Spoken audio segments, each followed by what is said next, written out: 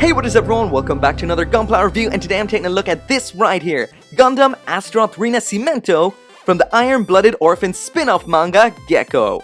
If you haven't seen the unboxing or the build yet, you can check out both those links down there in the description, but as for now, let's get to this. So speaking of Iron-Blooded Orphans Gekkou, this is the 4th release so far from this manga. The other 3 of course are Gundam Astaroth Origin, Gundam Voile, and the Gundam Astaroth itself. As the Rinascimento is the Astaroth now upgraded with parts reclaimed from the Origin, this kit is essentially the Astaroth with parts from the Astaroth Origin, or should I say it's actually the other way around. If you pull the head and the arm off the Astaroth like this and stick them onto the Origin, you're basically 90% of your way to the Rinascimento. The only major differences are the general design of the legs, the heels of the feet, the shield arm on the right hand shoulder, and that savage antenna on the V-fin.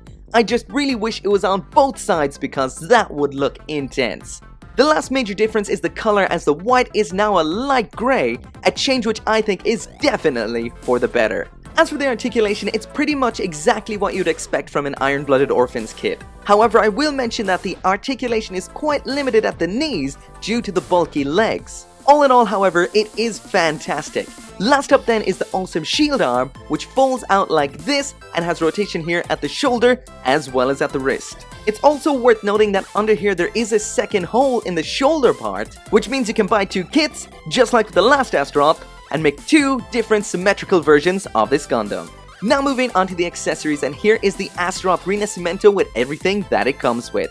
And this is a lot, and that's not even including all of this, which I'll get to a little bit later. First up in here we have the rifle, just 2 flat pieces of plastic stuck together, nothing very special, but this kit does come with an adapter which attaches onto the handle and attaches it to the side skirts. Next up then we've got the 2 combat knives. Just like before, we've got an adapter for these which attach onto the side skirt and hold them both in place, but I would recommend not letting your dog eat it. Next up then we have the brand new sub-knuckles for this version of the Astaroth, and this thing is big and bulky. However, the manipulator on this one is in a fixed position, so that means no articulated fingers like before. At this point I almost forgot to mention the stickers. All I used is the one here on the sub-knuckles, as well as the eyes, and this one here on the forehead. As for the rest of them, meh. To attach the sub-knuckles, they just attach into the hand like this, then connect into the forearm. And if you haven't noticed already, you'll notice now, the joints in this are incredibly weak again. This is not unusual for this line, it's happened to me a couple of times now, but yeah, that definitely sucks. Just like with the previous version, we also get that huge fold-out demolition knife, but this time around that's not all we get. We also get this massive bastard chopper, which houses the removable explosive Dainsleif.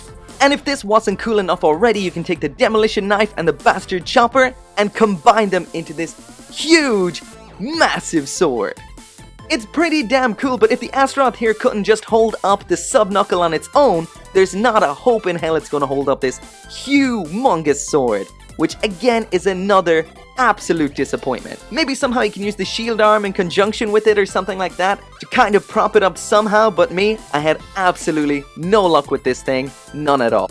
Well, that's enough about bad news. There is some absolutely fantastic news as well with this kit. Not only does it come with a ton of accessories, it also comes with a ton of leftover parts. Usually that means absolutely nothing, but this time around, they're actually usable. So let's take a look. So off the Astaroth runner we have a bunch of stuff like these parts off the back of the legs which can't be used. Can't use this section off the leg. This waist section, useless. An extra right hand manipulator at a slightly extended angle, this we can use. But as for usable parts, we've got the backpack, torso armor, neck armor, both of those toe sections, and of course, the old version of the sub-knuckle. So there we go, we've got pretty much a second variant of the mobile suit in here. If you wanted a bit more of an Astaroth vibe, then you actually have that choice, which is epic.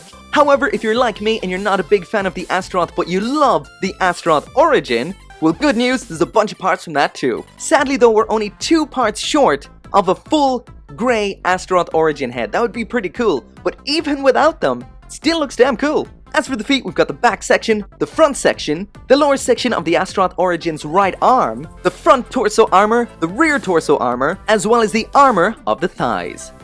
So there we go, there is it with all the extra Astaroth Origin parts attached, and it looks really cool. I know you guys would want to know what it looks like with the head attached on there, and I thought it would look bad, but it looks absolutely cool. It's got a real grunt vibe or something just cobbled together. It looks really damn awesome.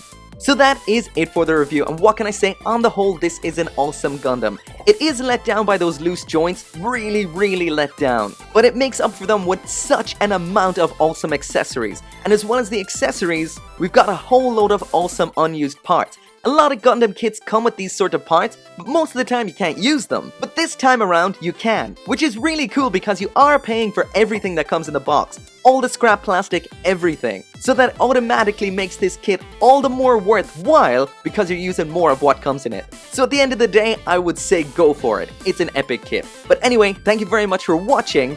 Make sure to leave a like as it really does support the channel. And as always, make sure to come back for more Gunpla reviews. See you next time.